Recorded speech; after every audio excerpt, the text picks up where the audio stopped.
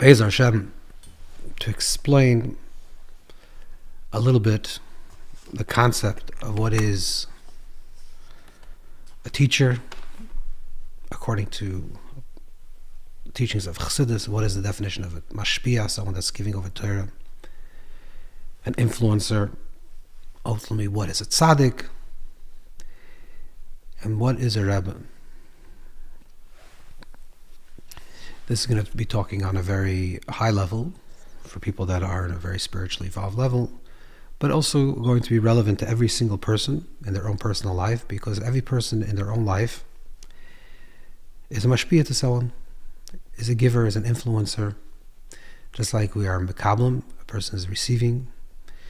Every single encounter in this world is a mashpia and a mekabel. There's a giving and a receiving, a giver and a receiver. So every single person in their own way, whether it's to their family, to their spouses, to their surroundings, to their communities, to their co-workers.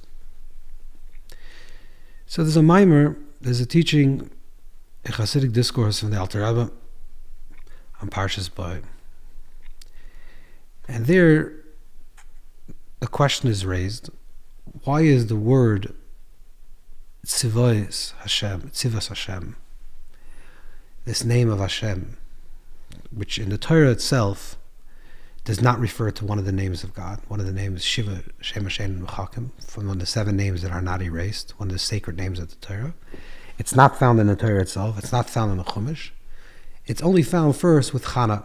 Chana was the first one that uses that name to refer to the Creator.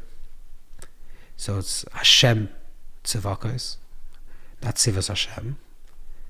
So Tzivos Hashem, Tzava means a legion, simply means a legion. It means a beautiful legion, maybe. A counted, a measured legion. But Tzava, Chazal say, means the legion that has the one that's revealed within the many. So there are 2 aspects, the way the Alter Rebbe explains this. That one is Tzivos Hashem, which means the army of Hashem, or the legions of Hashem, of the Creator, meaning the people that are living in the place of the multiplicity, of the many, tzava, legions, many, and are connected to Hashem. And then Hashem Tzivakos, the reverse, which appears in Tanakh, appears in the later writings of the prophets, of the Nevi'im, which doesn't appear in the Torah, is that Hashem is the Tzivakos. Hashem is the one that comes down into the many. So the unity, the oneness that is expressed in the multiplicity. So that's the question of why this name does not appear. And the way the Alter Rebbe explains it is that there is a reality, it's called the world of Atzilus, the world of unity, of oneness, the perceived conception that all is just one. And then there's the world of duality, the world of separation, where we see tables and chairs, time and space, consciousness, a here and a there, and a before and an after, past and the future, up and down. That's the world of duality. That's the world, the way we live in. That's the 3-dimensional reality that we live in, which is comprised of time, space, and consciousness, Olam Shana Nefesh. In this world of duality, what we perceive is separation, dual. Same thing in our relationship with the Creator, with the Boyer, with the creation. So it's Bereshis Bara, Beis. The Torah begins with the letter Beis, the second letter, representing the Torah of Bria, the Torah that's revealed in the world of creation, which is the way we're starting our conception and our starting point, the way we relate to divinity, the way we relate to something that's transcendent, is that we're starting off from a place of our duality, which we'll call the black fire. And then through that, we're trying to reach a point of higher unity. So the way it's explained is that Moshe Rabbeinu, when Moshe was revealing Torah, and Moshe is the level of Atzilus, the level of oneness, V'anachnu ma comes from Chachma, from the world of pure wisdom, a recognition of the ultimate, that it's Yesh Ma'ayin, everything is this nothing, submerged within the infinite one. So Moshe comes from the place of water.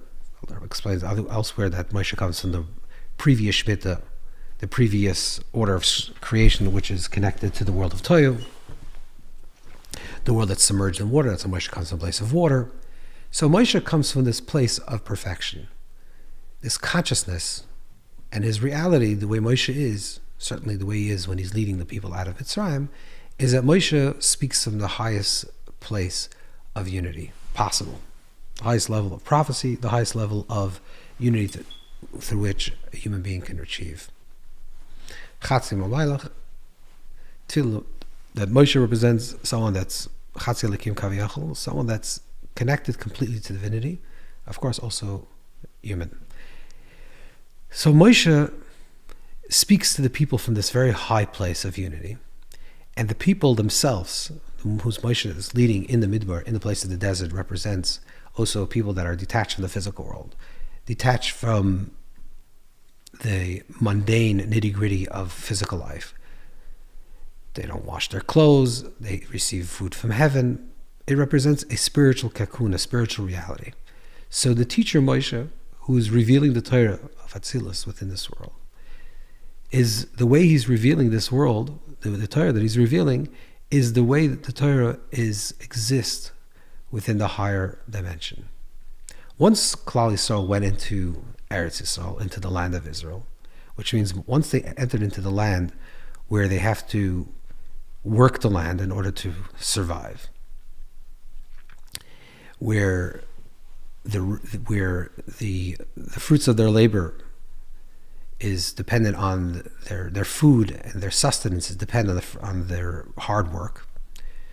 They have to plow their fields and work their land, which means they're entering into a state of the world, the way we experience is the world of duality. So Moshe, the revealing of Moshe, the Torah, the way it's revealed through Moshe, if it was revealed through Moshe, the way they would have experienced it would have been that they're two separate realities. In other words, there would be Torah in the language of, look at the entire there would be Torah lifnei atzmai and va'adam lifnei atzmai. There'd be the Torah and there would be the human being. There'll be a certain type of dichotomy. In other words, they would perceive themselves, the adam lifnei atzmai, they would perceive themselves as physical beings living in this physical world and what it means to live as a human being. And then there would be another idea, which would be the idea of the oneness of Hashem, which is the Torah. So there'd be the Adam Lifnei Atzmai and the Torah Lifnei Atzmai. But there wouldn't be the level of integration. Let's translate this into 1,000 levels lower, what this actually means. Unfortunately, and sadly, a lot of times the way people practice spirituality, practice even Yiddishkeit, is that there is life, there's the experiences of life, what I'm experiencing, how I feel about myself, my emotions, my well-being, my physical self, just life, the way life is unfolding in my physical self. That's one part of myself. And this is also true with people that are actually already practicing Yiddishkeit, that are practicing Torah mitzvahs. But there's the Adam Lifnei Atzmai, there's the human being element of that, and that's who I am. And then there's another thing that I also have, which is called Torah. Not only, let's make this clear, not only does this mean that they happen at different times. That's one level. In other words, sometimes a person has a spiritual practice and they come to shul, and they daven, they pray, and they learn Torah even, they give tzedakah, and they're doing Judaism correctly. But then when they leave to the marketplace, they leave to Wall Street, they leave to business, all of a sudden that whole reality of Torah is not their reality any longer. It's a separate thing. They did in the morning or the afternoon or even the evening, they're doing Judaism, they're doing Torah mitzvahs, and then they're doing life. And these two things don't necessarily meet up. There's no b'chol derchecha de'eu. There's no understanding that every single aspect of myself is Torah. No, it's not. This is the way people unfortunately live, which is that there is Adam Lifnei Atzmai, there's the way I'm doing my life, and then, which is what I'm doing when I'm just being in this world and making money or having a job or whatever that is. And then there's the things that I do called Yiddishkeit, called Judaism, and I do it very seriously. But this is Lifnei Atzmai, and this is Lifnei Atzmai. This is one, and this is the other. This is in terms of time. But then there's actually even a deeper dichotomy, a more subtle, but a more deeper dichotomy of separation, where it's in a level of consciousness, which is that even when you're practicing Torah, and you're doing Torah, you're doing a mitzvah, you're learning Torah, you're praying, you're davening, even then, there's a certain sense that there's the Torah Lifnei Atzmai, and there's the Adam Lifnei Atzmai. There's the Torah that I'm practicing, and now I'm doing Judaism, I'm doing Torah mitzvahs, but that's not who I am, and that's not my humanistic part of self. So it's almost like when I do Torah, when I learn Torah, or I'm practicing a mitzvah, it's not really me, the human being, that's doing it. It's an alternate state of what I'm doing. But where do I really feel alive, and where do I really feel who I am, is when I practice life, when I do life. So it's not only an issue of time, which is that I do this at one time of the day and this at the other time of the day, but even while I'm doing Torah, even while I'm doing this, and I'm, it looks like externally I'm actually practicing the right practice, and I'm doing the right practice, I'm going through the motion, or I'm davening, and I really even feel connected to Hashem, or I'm doing the mitzvah to be connected to Hashem, but my human aspect of self, which is my natural emotions, is not present there. And I don't feel myself as my human self when I'm davening. I feel myself like my divine self is davening, but who I am as a human being, that's not who I am. This would be the Torah if it would be revealed to Moshe. So what's the avodah of the Navi? What's the point of the prophet? What's the idea of the tzadik, or the Navi, or the Rebbe, the teacher? Is to erase this dichotomy. How does the tzadik erase this dichotomy? Because the tzadik is the one that either experiences it or at least conceives it. The truth of Olam Atzilus, of the world of one, of the world of the absolute Eina Mavada, that there's nothing else besides Hashem. But doesn't live in that place in an abstract level, in a non-humanistic level. There's no dichotomy. But the way the Alter Rebbe explains, the idea of the Navi is to draw down from that absolute unity, from that absolute truth and clarity into the world of the duality. Not by just speaking words of rebuke. This is what the Navi classically would do.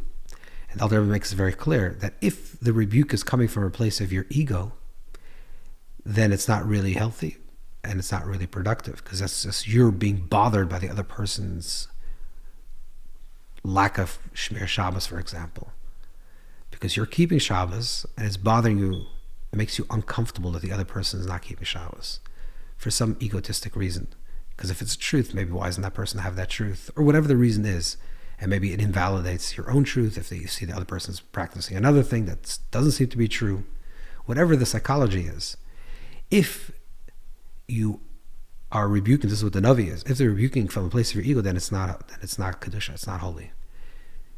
Because what does the Navi do? The Navi, the prophet, has an experience in the world of Atzilus, and he lives that, or she lives that experience, what they're having in the world of Atzilus, the world of unity, in the place of Biyah, in the place of the duality and the separation. That's the Navi. The Navi is a conduit to draw down from the deepest reality of truth into the manifest reality, the way it appears to be. That's the prophet. That's the tzadik. Let's translate that into our own lives. What it means to be a mashpia, and every person on their own level,